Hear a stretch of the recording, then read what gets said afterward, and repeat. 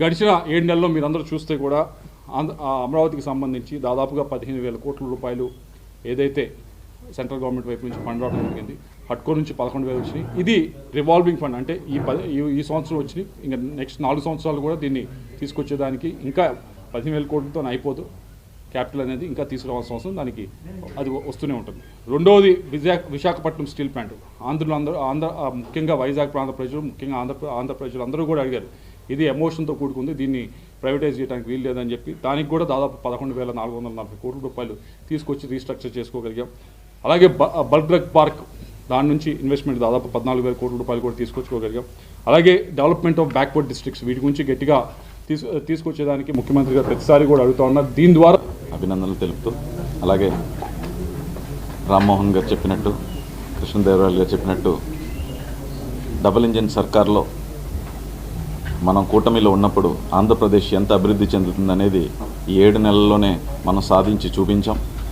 అలాగే వీటితో పాటు చంద్రబాబు నాయుడు గారి నాయకత్వంలో, పవన్ కళ్యాణ్ గారి నాయకత్వంలో, పవన్ కళ్యాణ్ గారు ప్రత్యేకంగా ఢిల్లీకి వచ్చి కోరింది ఏంటి అంటే, ఈ ఏటికొప్ప బొమ్మలు అలాగే కొండపల్లి బొమ్మల్ని అది ఎంతో డెవలప్ చేయాలనే ఉద్దేశంతో వాటికి స్కిల్ ఎన్హాన్స్మెంట్ చేయించాలి, దాన్ని మేడ్ ఇన్ ఇండియాలా గుర్తించి దాన్ని డెవలప్ చేసి గ్లోబల్ కూడా పంపే విధంగా వాళ్ళు కోరటం జరిగింది. దాన్ని ఈ బడ్జెట్లో ప్రవేశపెట్టి ఫస్ట్ టైం టాయ్స్ని మేడ్ ఇన్ ఇండియా, అలాగే మన గ్రామాల్లో తయారు చేసే ఈ బొమ్మల్ని స్కిల్ ఎన్హాన్స్మెంట్ చేసి వాళ్ళకే ఇంకా ఏదైనా టెక్నాలజీని యాడ్ చేసి అలాగే వాళ్ళని క్లస్టర్స్ కింద లోన్స్ కూడా ఇవ్వటం జరుగుతుంది. ఆ లోన్స్ ఇచ్చి వాళ్ళని డెవలప్ చేసి దాన్ని ఇంకా ఈ 2 బొమ్మల్ని కూడా డెవలప్ చేయాలనే ఉద్దేశంతో పవన్ కళ్యాణ్ గారిని కోరటం, అలాగే అది బడ్జెట్లో ప్రవేశపెట్టడం కూడా జరిగింది. దాంతోపాటు షిప్ బిల్డింగ్, అంటే సుమారు 976 కిలోమీటర్స్ కోస్టల్ లైన్ ఉన్న మన ఆంధ్రప్రదేశ్కి మారిటైమ్ బోర్డుకి సుమారు 25,000 కోట్లు ఇవ్వటం జరిగింది. ఆ 25,000 కోట్ల ద్వారా మన ఆంధ్ర రాష్ట్రంలో మన ముఖ్యమంత్రి గారు లాస్ట్ టైం పెద్దాపురం వచ్చినప్పుడు కూడా చెప్పడం జరిగింది, షిప్ బిల్డింగ్ SEZ అనేది దేశంలోనే మొట్టమొదటిసారి ఆంధ్రప్రదేశ్లో ఏర్పాటు చేయడం జరుగుతుంది. దాని నిమిత్తమే పవన్ కళ్యాణ్ గారు, చంద్రబాబు నాయుడు గారు కోరటం నిమిత్తమే ఈ 25,000 కోట్లు మారిటైమ్ బోర్డుకి కేటాయించడం, అలాగే అది ముఖ్య భాగం ఆంధ్రప్రదేశ్కి తెచ్చుకునే విధంగా షిప్ బిల్డింగ్ SEZని ఆంధ్రప్రదేశ్లో పెట్టి ఇతర దేశాలకు కూడా ఎక్స్పోర్ట్ చేసే విధంగా, షిప్ బిల్డింగ్ని ఎక్స్పోర్ట్ చేసే విధంగా మన ఆంధ్రప్రదేశ్కి రావటం జరుగుతుంది.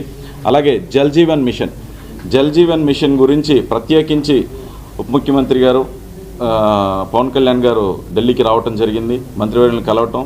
అలాగే గత ప్రభుత్వంలో సుమారు 10,900 కోట్లు కేటాయిస్తే 2,200 కోట్లు మాత్రమే వినియోగించుకుని దాన్ని శుభ్రంగా, అంటే ఓన్లీ ట్యాంక్స్ లేకుండా పైప్ లైన్స్ వేయటం, నామకే వాస్తే ఏ ఇంటికి కూడా కుళాయి లేకుండా చేయటం జరిగింది.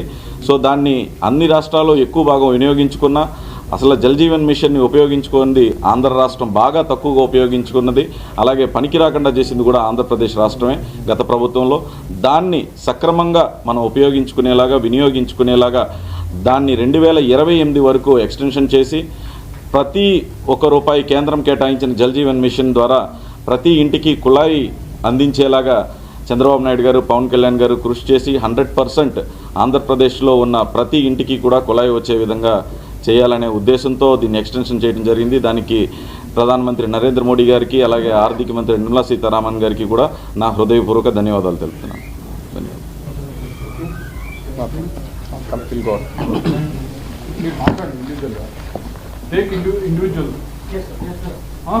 దాని గురించి కూడా చెప్పవలసిన అవసరం ఉంది. దీన్ని గడిచిన 7 నెలల్లో మీరందరూ చూస్తే కూడా అమరావతికి సంబంధించి దాదాపుగా 15,000 కోట్ల రూపాయలు ఏదైతే సెంట్రల్ గవర్నమెంట్ వైపు నుంచి ఫండ్ రావడం జరిగింది. హడ్కో నుంచి 11,000 వచ్చినాయి. ఇది రివాల్వింగ్ ఫండ్, అంటే ఈ సంవత్సరం వచ్చినాయి, ఇంకా నెక్స్ట్ 4 సంవత్సరాలు కూడా దీన్ని తీసుకొచ్చేదానికి ఇంకా 15,000 కోట్లతో అయిపోదు. క్యాపిటల్ అనేది ఇంకా తీసుకురావాల్సిన అవసరం దానికి అది వస్తూనే ఉంటుంది. రెండవది విశాఖపట్నం స్టీల్ ప్లాంట్. ముఖ్యంగా వైజాగ్ ప్రాంత ప్రజలు, ముఖ్యంగా ఆంధ్ర ప్రజలు అందరూ కూడా అడిగారు, ఇది ఎమోషన్తో కూడుకుంది, దీన్ని ప్రైవేటైజ్ చేయడానికి వీలు లేదని చెప్పి దానికి కూడా దాదాపు 11,440 కోట్ల రూపాయలు తీసుకొచ్చి రీస్ట్రక్చర్ చేసుకోగలిగాం. అలాగే బల్క్ డ్రగ్ పార్క్, దాని నుంచి ఇన్వెస్ట్మెంట్ దాదాపు 14,000 కోట్ల రూపాయలు కూడా తీసుకొచ్చుకోగలిగాం. అలాగే డెవలప్మెంట్ ఆఫ్ బ్యాక్వర్డ్ డిస్ట్రిక్ట్స్, వీటి గురించి గట్టిగా తీసుకొచ్చేదానికి ముఖ్యమంత్రి గారు ప్రతిసారి కూడా అడుగుతూ ఉన్నారు. దీని ద్వారా ఏదైతే ఇరిగేషన్ సంబంధించి మిగతా వాటికి సంబంధించి ప్రాజెక్ట్స్ ఉన్నాయో వీటన్నిటిని పూర్తి చేయాలంటే ఈ బ్యాక్వర్డ్ డిస్ట్రిక్ట్స్ సంబంధించిన ఫండ్స్ వస్తే కనుక తొందరగా చేసేదానికి ప్రయత్నిస్తూ ఉన్నాం. వీటన్నిటితో పాటుగా పోలవరం మరీ ముఖ్యమైనది. దాని గురించి గడిచిన 5 సంవత్సరాల్లో ఎక్కడా మాట్లాడింది దాని గురించి ఈరోజు బడ్జెట్లో కూడా క్లియర్గా చెప్పడం జరిగింది. దీనికి 12,000 కోట్ల రూపాయలు ఇవ్వబోతామని అని చెప్పి, ఇది కూడా ఒక 12,000 కోట్లతో అయిపోయే ప్రాజెక్ట్ కాదు, ఇంకా రావాల్సి ఉంది. ఇది వచ్చే సంవత్సరం ప్రతి బడ్జెట్లో కూడా దీన్ని ఎన్హాన్స్ చేసుకుంటూనే ముందుకు వెళ్తూ ఉంటాం. ఈ ప్రాజెక్టు ఈ 4 సంవత్సరాలు పూర్తి చేసేదానికి ప్రయత్నిస్తూ ఉన్నాం. వీటితో పాటుగా ఇండస్ట్రియల్ కారిడార్ సంబంధించి, అలాగే బీపీసీఎల్ రిఫైనరీకి సంబంధించి కూడా ఇప్పటికే మీరు అందరూ చూశారు, రావడం జరిగింది. ప్రధానమంత్రి గారు కూడా వచ్చారు, దాన్ని శంకుస్థాపన కూడా చేశారు.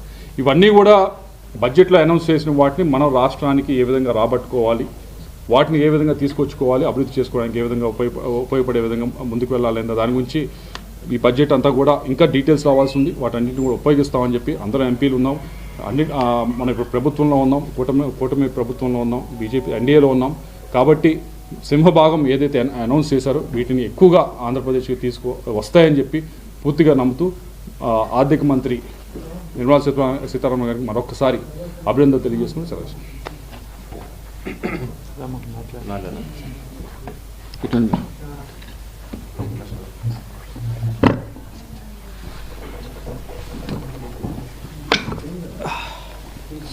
మీడియా మిత్రులందరికీ కూడా నమస్కారం. ఆర్థిక మంత్రి నిర్మలా సీతారామన్ గారు ఈరోజు ప్రవేశపెట్టినటువంటి కేంద్ర బడ్జెట్కి ఆంధ్రప్రదేశ్ రాష్ట్ర ప్రజల తరపున, దేశ ప్రజల తరపున ప్రత్యేకమైనటువంటి ధన్యవాదాలు తెలియజేసుకుంటున్నాం. ఇందులో ముఖ్యంగా ఆవిడ తాలూకా స్పీచ్ ప్రారంభోత్సవంలోనే మన తెలుగు కవి గురజాడ అప్పారావు గారిని గుర్తు చేసుకుంటూ, దేశమంటే మట్టి కాదు, దేశమంటే మనుషులో అన్నటువంటి మాటతో కేంద్ర బడ్జెట్ని కూడా ప్రారంభించడం తెలుగు వారందరికీ కూడా ఎంతో గర్వకారణం అని కూడా ఈ సందర్భంగా తెలియజేసుకుంటున్నాను. అయితే ముఖ్యంగా ఆంధ్రప్రదేశ్ రాష్ట్రానికి సంబంధించి మన ముఖ్యమంత్రి వర్యులు చంద్రబాబు నాయుడు గారి తాలూకా ప్రభావం కూడా ఈ బడ్జెట్ మీద ఉందని స్పష్టంగా మనం అందరం తెలియజేసుకోవచ్చు. గత 7 నెలలుగా కేంద్ర ప్రభుత్వంతో సంప్రదింపులు చేసి రాష్ట్రానికి ఉన్నటువంటి సమస్యలన్నీ కూడా తెలియజేసి ఎన్డీఏ ప్రభుత్వం రాష్ట్రంలో, కేంద్రంలో ఒక డబుల్ ఇంజిన్ సర్కార్ మోడ్లో ముందుకు నడిస్తే దాని ఫలితాలు ఏ రకంగా ఉంటాయనేది అనేక సందర్భాల్లో 7 నెలల్లో చూపించడం జరిగింది. దానికి ఇంకా ముందుకు నడిపిస్తూ మిగిలినటువంటి కూడా రాష్ట్రానికి సంబంధించినటువంటి సమస్యలు ఏవైతే ఉన్నాయో దానికి ఒక పరిష్కారం ఈ కేంద్ర బడ్జెట్ ద్వారా ఇచ్చే విధంగా కొన్ని కార్యక్రమాలు కూడా పెట్టడం చాలా ఆనందదాయకమని కూడా ఈ సందర్భంగా తెలియజేస్తున్నాను. ఇప్పుడే మా Telugu Desam parliamentary party leader Krishna గారు కూడా మాట్లాడుతూ కొన్ని విషయాల గురించి చెప్పడం జరిగింది. ముఖ్యంగా జల్ జీవన్ మిషన్ లాంటిది దేశంలో ప్రతి ఇంటికి కూడా కుళాయి ఇవ్వాలనేది ప్రధానమంత్రి నరేంద్ర మోదీ గారి తాలూకా కళ. ఆ కళ మాత్రం